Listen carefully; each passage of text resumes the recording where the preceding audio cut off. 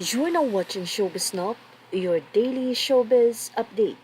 Matapos ngang mapanood ang anak nila Aga Mulak at Charlene Mulak na si Atasha Mulak sa Eat Bulaga, ay marami nga talaga ang humanga dito. Actually, ilang araw pa lamang napapanood si Atasha Mulak sa Eat Bulaga, ay minahal na kagad siya ng maraming netizen.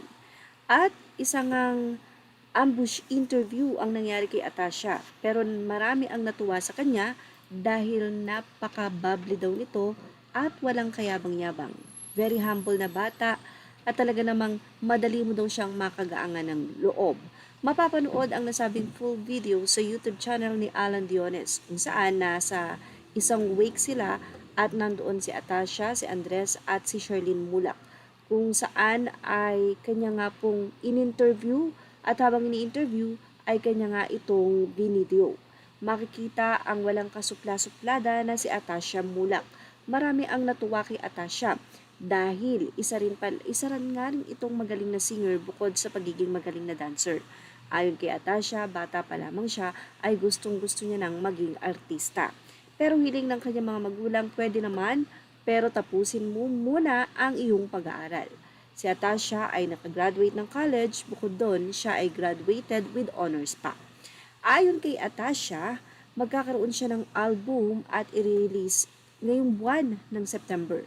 At ayon din sa kanya, nang tanungin siya ni Alan Diones kung sino ba ang inspiration niya sa paggawa ng kanta, ayon kay Atasha ay si Gary Valenciano.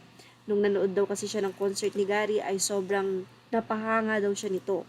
Kaya naman tinanong si Atasha kung ano ba ang mga timbre or lyrics ng kanyang kanta. Sinabi nito na surprise nang tanungin siya ni Alan Diones kung about ba ito sa love story, mukhang hindi about sa love story. So, i-expect ba natin na about sa life ang magiging tema ng kanta nitong si Atasha Mulak? Anyway, marami na nga talaga ang nag-iintay sa sinasabi ni Atasha Mulak na kanyang kanta.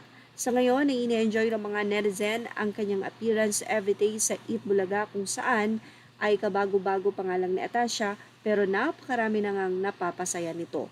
Mukhang malulungkot ang mga netizen kapag si Atasha Mulak ay hindi pumasok ng isang araw sa EAP. Anyway, narito ang naging komento ng mga netizen. Matapos nga ding i-reveal pala nitong si Atasha na namana daw niya ang pagiging magaling kumanta sa kanyang inang si Charlene. Ito daw ay sikreto na napakagaling na singer. Well, tignan natin kung ano naging say ng mga netizen kay Atasha Mulak.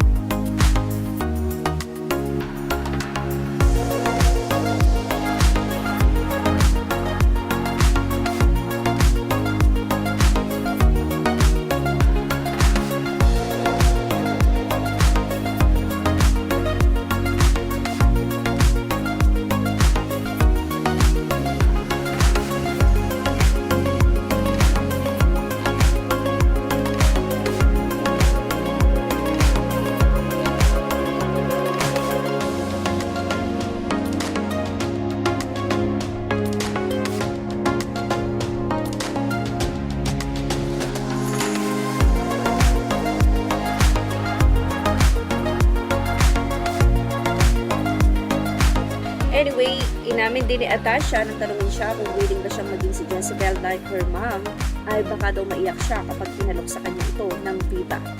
Napaka-bubbly, humble, at talaga namang very pretty. Walang angulo si Atasha. At yan ang ating Showbiz Now update. Images are all pretty to the rightful owners and thank you for watching Showbiz Now.